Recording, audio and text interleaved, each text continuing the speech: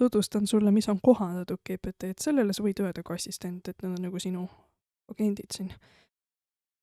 Siin ma räägin sulle, mis nad on üldse, järgmises osas ma näitan, kuidas sa saad ka teha endale. 3. videos ma näitan sulle, kes need siin on. Nagu näed, siin on õudselt palju tegelasi, et kes nad siin kõik on. Kas võiks midagi teada nendest?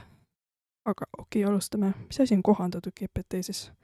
Teda saad siit vestlusest, kui sa pole tavastage GPT-d, on ju.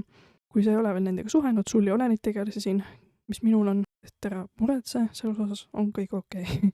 Ma toon näiteks sulle ka veel ühe siukese lehekese, mis on ka OpenAI poolt, et see on juba progejate maailm. Siit ma väga ei räägi, sest me räägime ChatGPT-st, mitte GPT mudelitest.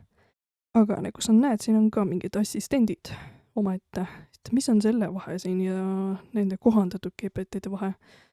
Ongi nüüd selles, et ChatGPT sees, kui sa lood omale assistenti, tema jääbki ChatGPT sisse, et ongi sul siin külje peal. Sa ei saa teda siit välja võtta. Aga need siin, assistendid, sa saad teda samamoodi luua ja sa saad teda siit välja võtta.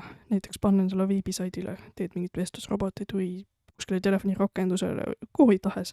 Siit saad unikaalset koodi ja selle koodiga saad teda põhimõtteliselt välja võtta siit kirjeld öeldes. Ja miks võiks seda teha siis üldse? Mis on tema point? Milleks?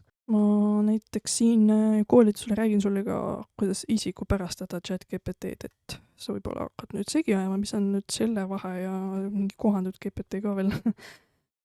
Aga kohandatud GPT eelis ongi nüüd see, et sa saad täitsa igale ülesandele justkui oma AI agenti teha. Kas või, kui ma neid näiteid siin vaatan, kui sa neid loed, sa märkad, et kõikidel on omaette ülesanded, jah. Et selle eelis ongi, et sa kirjutad ühe väga võimsa käskluse valmis.